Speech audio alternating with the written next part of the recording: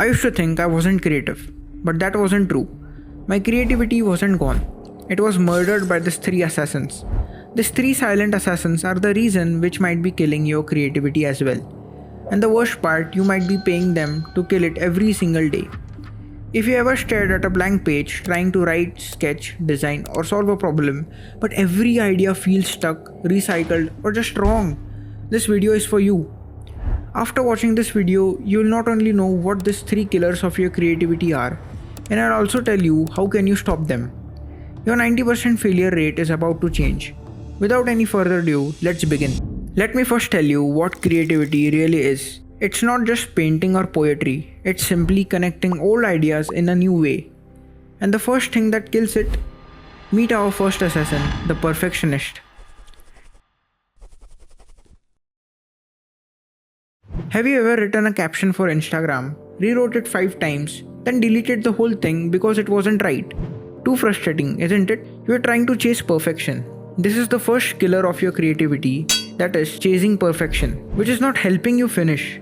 It's making sure you never start. And here's the real problem. Perfectionism doesn't kill bad ideas. It kills unfinished ones. But did you know 99% of your creative work starts messy? Steve Jobs once said, real artists ship. The fact that everyone has ideas, but real artists deliver on them. But perfectionists, they keep polishing until the moment passes. So next time you feel stuck, just start, even if it's messy. Okay, let's play an interesting puzzle. This is one of the most famous creativity puzzle of all time. It looks simple, but it reveals a huge trap in our thinking. Here are 9 dots on your screen.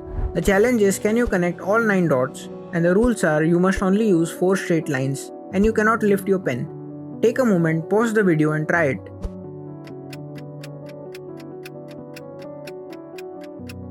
If you cracked it, great job. You probably think a bit differently. But if you didn't, don't worry. Most people can't do it on their first try. Most people's first thought is to stay inside the square box made by the dots.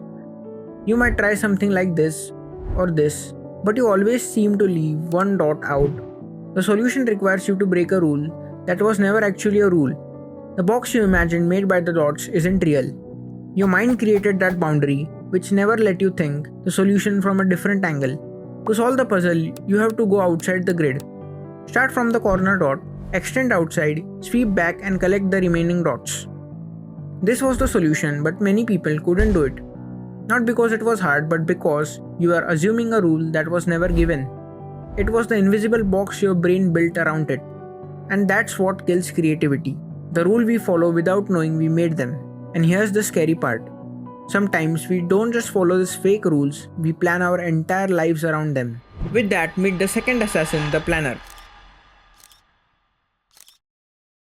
So I was researching what blocks your creative thinking, and I discovered something really weird. It's not laziness, like most people think. It's planning. Sounds weird, right? How can planning block your creativity? Planning must be a productive task, but it's not. Think about this. You sit down to start something new, something important, but suddenly your brain tells you, wait, let me just figure it out first. I should plan every step. So you make to-do list, then you open 10 tabs of your browser, then you scroll through inspiration online. That's the trap. You're doing stuff but actually not starting, and this leads to something famously called as the analysis paralysis, where your overthinking, your overplanning replaces action.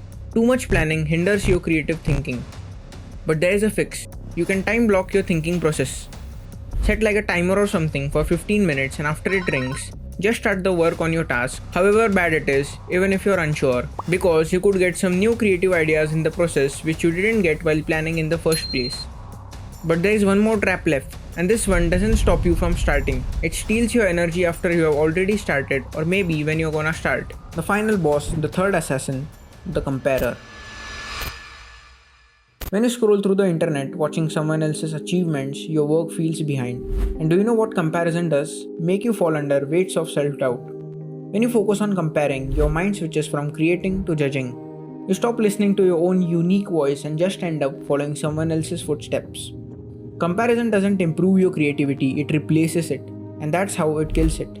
Let me tell you this interesting experiment. Psychologists once studied the faces of Olympic athletes on podium.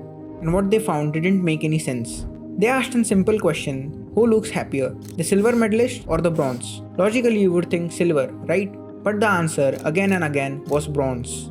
The bronze medalist was often found happier, while the silver medalist looked disappointed. Why? The guy who got silver looks up and thinks, I was so close to winning. And the guy who got bronze looks down and thinks, I almost didn't make it. Both are on podium, but their happiness wasn't about the medal. It was about who they choose to compare themselves to. And this is the silent damage of the comparer. So no matter what you create, you never feel enough. I have a solution for you every time you catch yourself comparing to others. Try this. Pause for a second, then ask yourself, what did I finish or improve this week? Write down one thing you created or one step you took forward, no matter how small it is. It will train your brain to measure progress by action, not by others. So if your ideas ever feel stuck, it wasn't you. It was perfection, over planning, and comparison holding you back. Now that you have seen them, you can beat them. Just start, stay messy, stay original, and keep creating. If you liked the video, please do consider subscribing. It means a lot to me, and thank you for watching.